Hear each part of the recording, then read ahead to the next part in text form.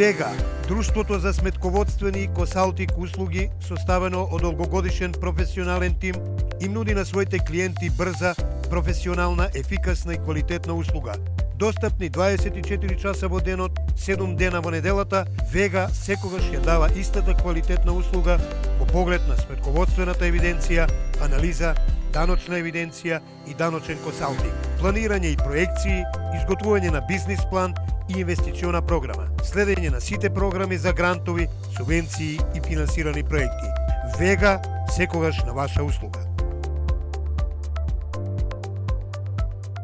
Добре дојдовте на македонскиот канал Нов Асно. Живееме во едни брзи времења каде што информацијата не обзима од секој агол, секој ќош и секоја авенија и улица која се ние наоѓаме. Во овие брзи времења имаме некои карактеристики, а тоа е дека не се сеќаваме за минатото. Меѓутоа минатото е многу битно за да знаеме кај сме и кај треба да идеме. А за таа цел денешен гостин е господинот Кочо Топузовски, кој има напишано Линденската споменица и 14 други книги. Кочо, поздрав, добре дојде на нашиот подкаст. Добре, најдов, чест ми е. Исто така, драго ми е што ти денеска со нас. Јас присуствував на твојата промоција на Линденската споменица и кога пред говорот има многу добра реченица која сакам да споделам. Македонската и линденска генерација е основоположникот на организираната револуционерна борба на македонскиот народ за ослободување на Македонија и создавање на своја самостојна и независна македонска држава. Да. Кои биле предизвиците со кои они се соочувале?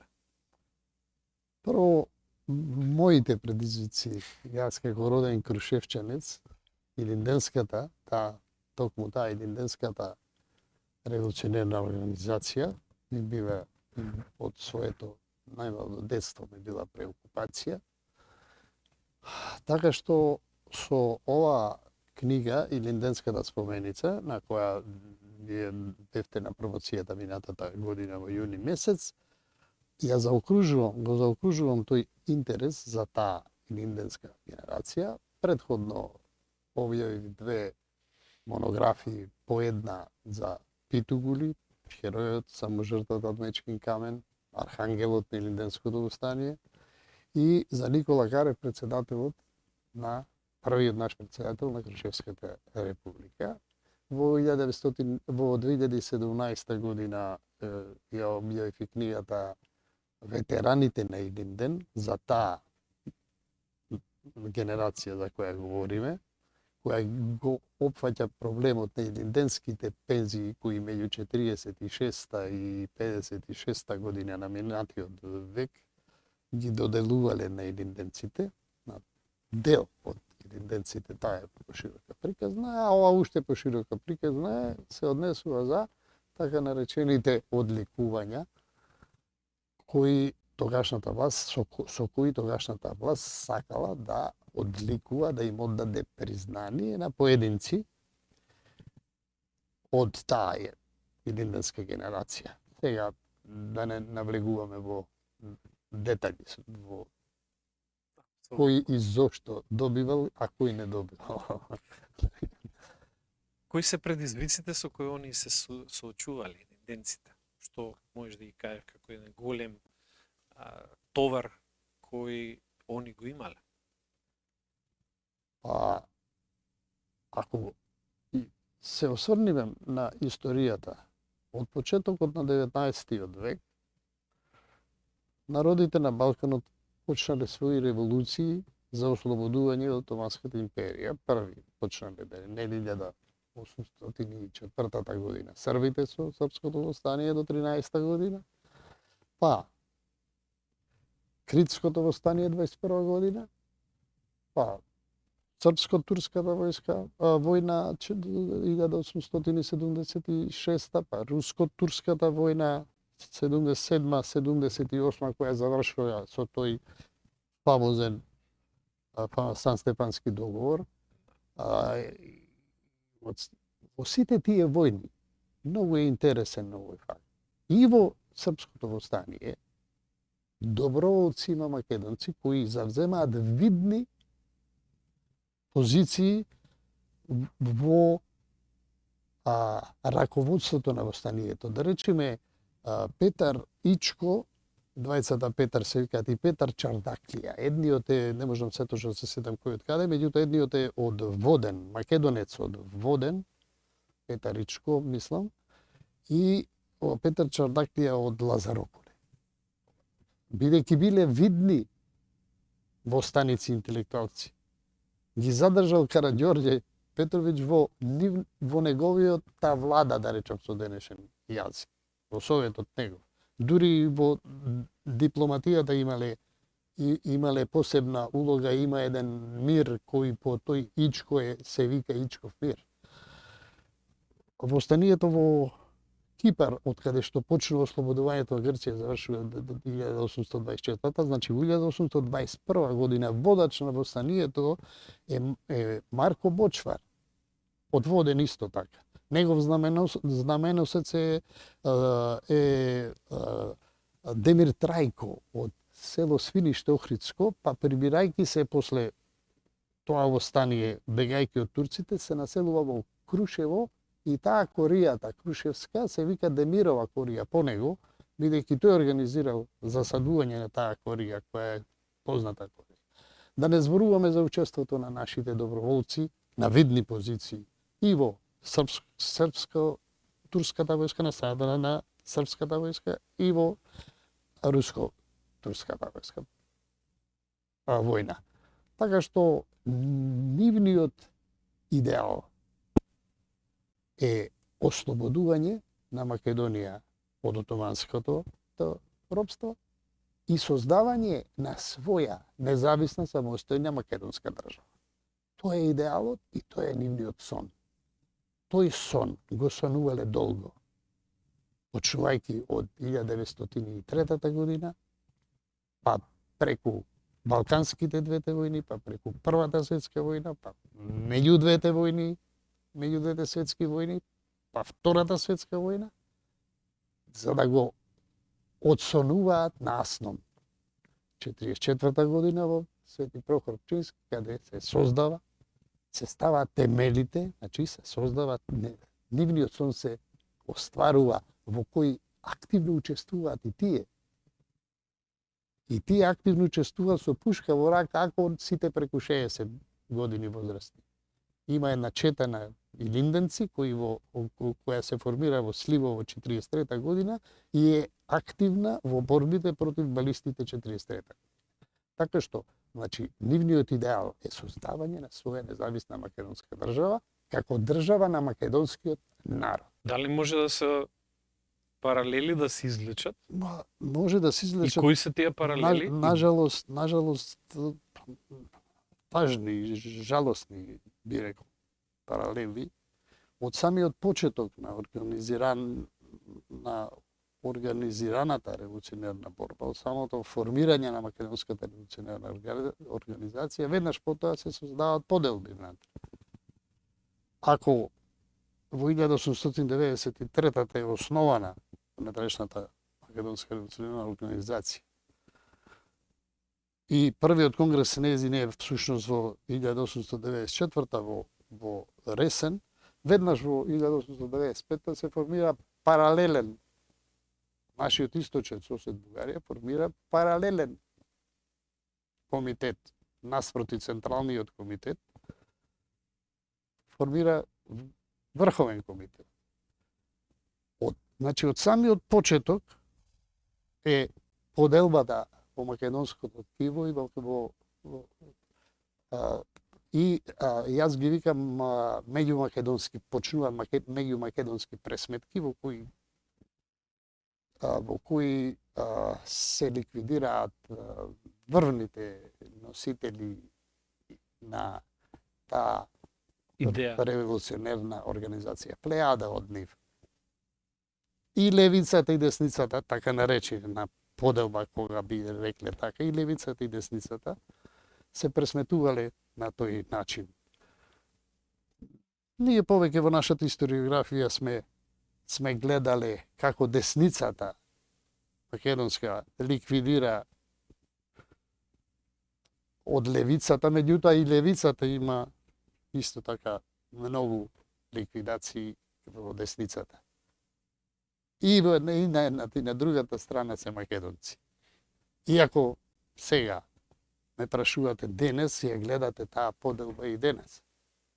Да. Ние, како македонци, сме поделени во нашата собствена држава. Тоа е видливо, особено во после осамостојувањето. И пред, и за време на Југославија, кога живеевме во претходната држава. Истата поделба, дали е на идеолошки или на било каква национална поделба. И паралелите се тие, би рекол сега во овој момент. А кои се екзекуторите тогаш во ова модерно време, кога тогаш се... Па ако се екзекуторите тогаш биле со куршум, да речеме, сега се на друг начин Сега е на екзекутори. друг начин, апсолутно, во модерно време. И се екзекутираме во секој случај едни со други и затоа работите ни стојат вака како што ни стојат. Сега во моментов, да речеме, ако вака погледнеме од страна, испаѓа дека ние сме единствената држава во светот во која, да речеме, малцинството, помалкуте, да не ми забележи некој, помалата заедница владее со поголема. После апартхеидот во Јужноафричка унија по друг основ, по основ на нели тоа е на порасна основа. Сега кај нас таа е ситуацијата. Само заради тоа што едни со други се ништа. Дали има некои паралели помеѓу действијата на големите сили во тоа време и сега во ова модерно време? Апсолутно да. Ќе земеме на пример историски ќе го гледаме тоа. Рековме 1904 година, веќе на почетокот на 1904 има тајни договори за поделба на Македонија на соседните монархи. Веднаш после тоа, пред почетокот на Првата Балканска војна, исто така 12 година има тајни договори помеѓу Бугарија и Србија од една страна и помеѓу Бугарија и Грција од друга страна и помеѓу од третата страна Грција и Србија. Сите тие се под покровителство на големите сили. Значи, уште тогаш. Првата Балканска завршува со Лондонскиот договор, декември месец.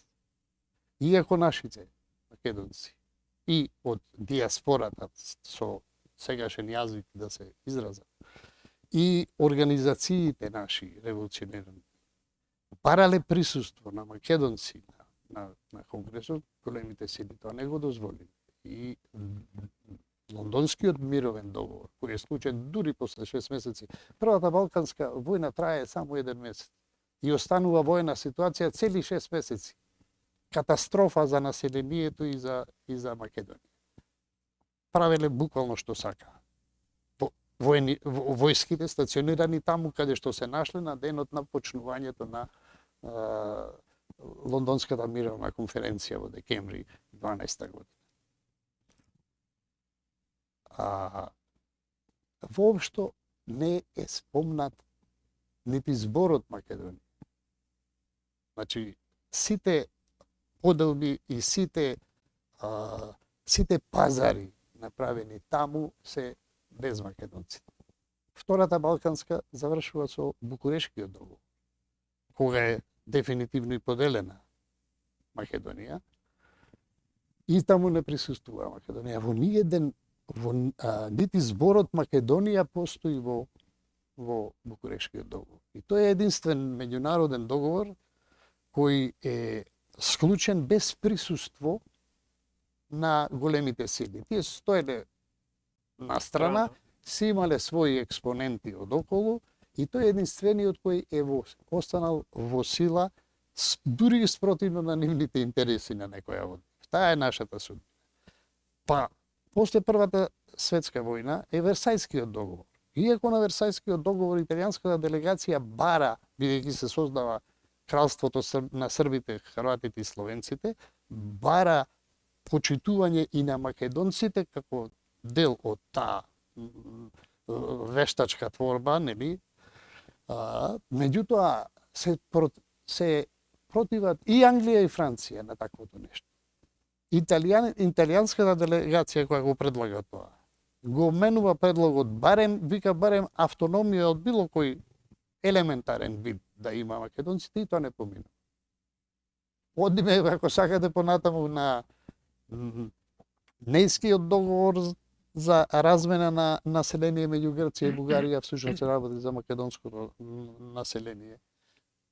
А дури и Париската мировна конференција после Втората светска војна, каде што големите сили не дозволуваат никаква посебност и на Македонија.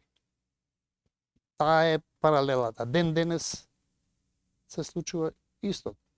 Големите сили, дали се викале Соединетите американски држави или Европска унија е сеедно. Ма меѓутоа тие ја водат главната, го имаат главниот збор и во денешниве случувања. Да. Во тој контекст, како ти ја гледаш целата ова наша ситуација, каде што имаме такви услови за нашиот така наречен пат кон Европската Унија, каде што ако ги читаш документите, дали тој француски предлог, дали е преспанскиот договор кои треба да бидат исполнети како дел од нашиот пат, една логична мисла и размислување дека ние треба да се самоубиеме за да го исполниме тој така наречен пат, и плюс тоа мислам дека 35-тото поглавје од преговорите се однесува за овие два договора и условот за исполнување нистите. Од историска перспектива, дали може исто да се направи паралела? Видите сега, после Асном 44-та година,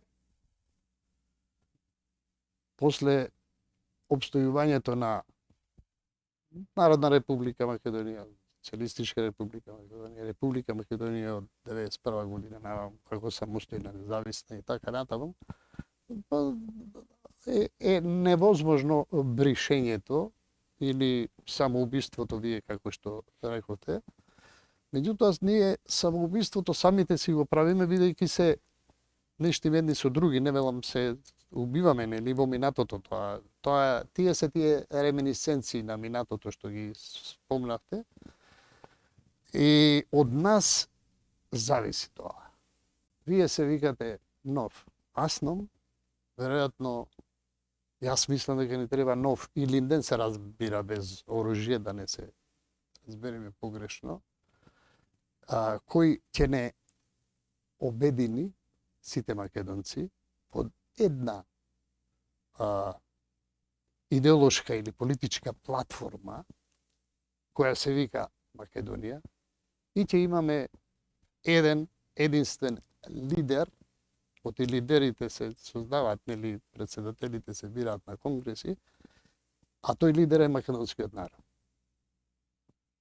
А ние сите ќе бидеме слуги и на платформата Македонија и на лидерот македонскиот народ, и ние треба да слугуваме во што поголем број, единствени, и да создадеме перспектива за Македонија и македонскиот народ. Одлично. Како ти го гледаш ова можно сценарио? Како би тоа се остварило во услови кога стварно сме поделени по сите шавови, што се вика? Посебно политичкиот левица и десница, две големи. За политика, особено за партиска политика, не сакам. Не се работи за партиска, него за национална. Национална, да. Дали ова значи, кога кажуваш дека е да се обединиме за Македонија, дали ова значи да се обединиме по одредена плашт, например, враќање на уставното име, па сите да се обединиме и да си го изгласаме? Што подразбираш по тоа? Затоа што мора да бидеме прецизни. Ние живееме во предизборна кампања каде што буквално сите зборат ја сака Македонија, што тоа значи да потпишуваат документи за Северна Македонија. Не, и секој наш збор сега може да биде злоупотребен во таа кампања, затоа јас сакам вака јавно да се дистанцирам од Апсолутно. тоа, не Не, зборувам на таа да, тема да. воопшто. Меѓутоа, видете сега, името, уставното име. Нема друг пример во историјата некој насила да му сменил името или да му додал, не го сменил никој името, меѓутоа додавки, придавки значат менување некој. Не постои во историјата таков пример, барем јас не знам дека Не, таков апсолутно. пример. Така што ако се обединиме под знамето на Илинд и на Асно, сите заедно, можеме да ги решиме сите прашања. И членството во Европската Унија. Еве сме некако членови на НАТО. Како ќе бидеме членови на НАТО? Никој насила нас не стави за членови на НАТО. Видете, надвор со некои од нашите иселеници имам разговарано, вика, во тие средини кај што живеат нашите, без разлика дали тоа се Соединетите држави, Канада, Австралија или во Европа некаде, тамошните луѓе, вика, многу ве поддржуваме што се борите за името кога беа тие проблеми, нели, после Преспанскиот договор, пред Преспанскиот договор, ние многу ве поддржуваме и ние сме со вас во борбата за зачувување на вашето име. Сега тие истите вика ни велат, па слушајте вие доброволно сами потпишате, вика сакате така да се викате. Да, Не од и сакаме, нели, туку од што мораме. Ако се обединиме, реков, од тоа знаме, ќе можеме да ги надминиме сите работи, сите наши проблеми, бидејќи од почетокот на 19. век, речам, до денес, само низ проблеми први, како македонци. Само низ тешки проблеми. Само низ огромни страдања. Така што сите тие, оваа генерација за која зборуваме, ги надминела на свој начин, во свое време, во едни констелации, каде што пак големите сили ги решавале на маса без нас сите работи, така што ќе можеме да го решиме тоа. Не е неостварливо тоа што ме прашавте околу враќање, ведите, на името. Не е околу враќање на името, туку околу бришење на придавки, додавки и така натаму. Од сочувување на сопственото име не е нерешлив проблем. Тоа е дел од уставот. Нели моравме ние после договорот да го менуваме уставот. Го менивме она како што го менивме, во директен пренос беше тоа сето. Го видов. Ние во секој момент, ако сме единствени, можеме да имаме доволно сила за да можеме да изгласаме било каков нов устав и било како ново уредување. Сега, мораме односите со светот, со останатите народи во светот, мораме да ги сочуваме на соодветно ниво, бидејќи тие не се само национални политички прашања, туку се и економски, и социјални, и секакви други. Не може никој сам да обстане на овој свет. апсолутно. И тоа е дел од предизвикот со кој се соочуваме ние. Кои мислиш дека би биле главни препреки за нашето обединување? Дали ние самите? Ние самите. Апсолутно ние самите. Ако ние самите подпаѓаме под влијание на големите сили, без разлика, ние сме се виновни. Ако ја држиме нашата линија, нашата македонска линија, обединети во нов или нов Асно, како што викате. Ако основните, реков, политичката програма Македонија и лидерот македонскиот народ, ние сите другите слуги, мора да го одслугуваме тоа. измеќари мора да станеме, да ги завршиме сите работи кои се потребни на македонскиот народ, за да биде македонски народ и никој да не му гиба во неговото, да не се обидува, не може никој да го во идентитетот да ни го избриши, меѓутоа за да се обидува да ни става некои додавки, придавки или идентитетски некои бенчмаркови по кои треба по рецепт на некои од големите сили да го правиме тоа. И ќе бидеме и попочитувани во светот. Апсолутно. Значи почита ќе се Апсолутно, добие со мора тоа што само ќе довербата и само почита да се врати. Само довербата во нас сами. Така ќе можеме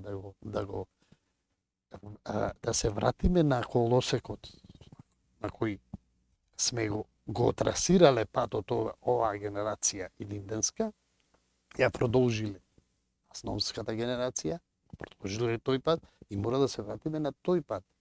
Ако ние не се ништиме едни со други, како на времето тие што се левицата и десницата што се ништела со куршум, сега рековме на некој друг начин, ако сме единствени, ако не се ништиме еден со друг.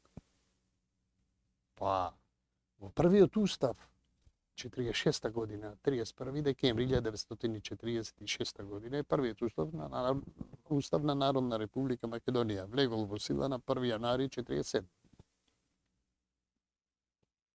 Македонија, дефиницијата на Македонија е точно кажана во членот 1 или 2 на уставот. Дека е држава на македонскиот народ и така натаму. Со право на самоопределување и право на отцепување и издружување со други народи. Елементарното право.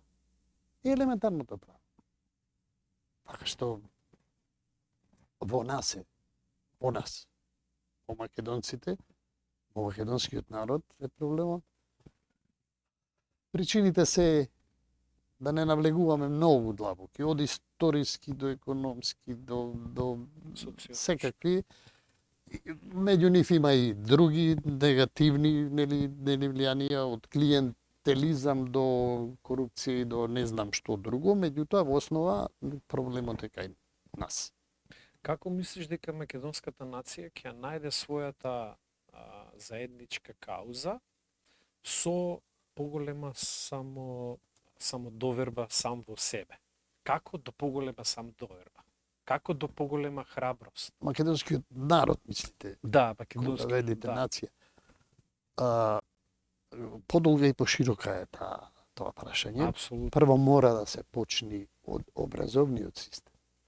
Овие работи кои се објавени, да речеме овде, не само овде, македонската историографија во изминатите 80 години, многу малку, да не речем и воопшто, не се изучувани во образовниот систем на децата. Некои работи се долги децении премолчувани. Мора да се врати свеста кај нас, кај идните наши генерации, ама за да ја вратиш свеста, треба да ги образуваш во овој дух. Например, сега, Тиквешкото востание 13-та година. Април 13-та година Тиквешкото востание против српската окупација на Македонија. Табу тема. Ни една генерација до сега, не само мојата која јас во СФР учам. Не само мојата генерација до ден денес не се спомнува. Автентично македонско востание за ослободување од новиот окупатор, во тој случај српски, Србија. Охридското во да не зборуваме за состојбите после 44-та, после Аснов. Ченто беше Методи Андонов Ченто, како прв председател на президиумот на Аснов. Прв наш председател. Не беше спомнуван децени, генерации помина низ образовниот систем без да го чујат името на Методи Андонов Ченто. Да не зборуваме за Брашнаров и така натаму, или за Полежиновски. Полежиновски е доктор на правни науки од Сорбона. Значи, докторирал право на Сорбона. Тој е автор на сите документи на АСНО. Втора точка на првото заседание на АСНО. Првата е конституирање на АСНО како највисоко законодавно и така натаму тело. Втората точка е декларација за правата на граѓанин. Еден фантастичен документ од се на 11 точки, меѓутоа, каде што сите права на граѓанинот во тогашната демократска федерална Македонија се таксативно наброени. Дури после 5 години, 48 година, крајот е Универзалната декларација за правата на човекот и граѓанинот на Обединетите нации. Македонскиот народ во својот ген има голема демократичност. Од антиката до денес. Наследувана.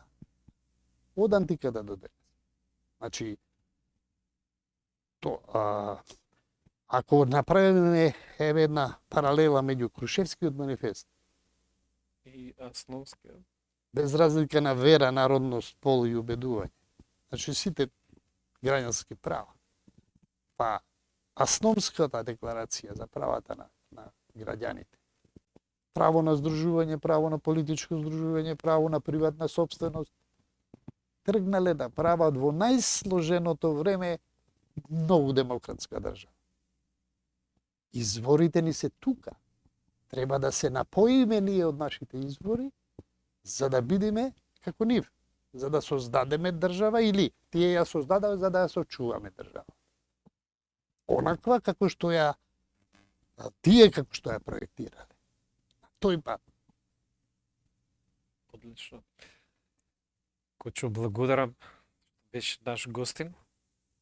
Овој краток и содржаен разговор го ценам. Благодарам што не следевте денеска. И благодарам и вам што ми беше посебна чест и задоволство да присуствувам и стојам на располагање во Апсолутно. секој време. Апсолутно. Ние македонците можеме да се обединиме. Да. До нас е тоа да го направиме. Околу Македонија со поголема храброст, поголема самодоверба и поголема инклузивност меѓу самите нас. Следното јавување до слушање.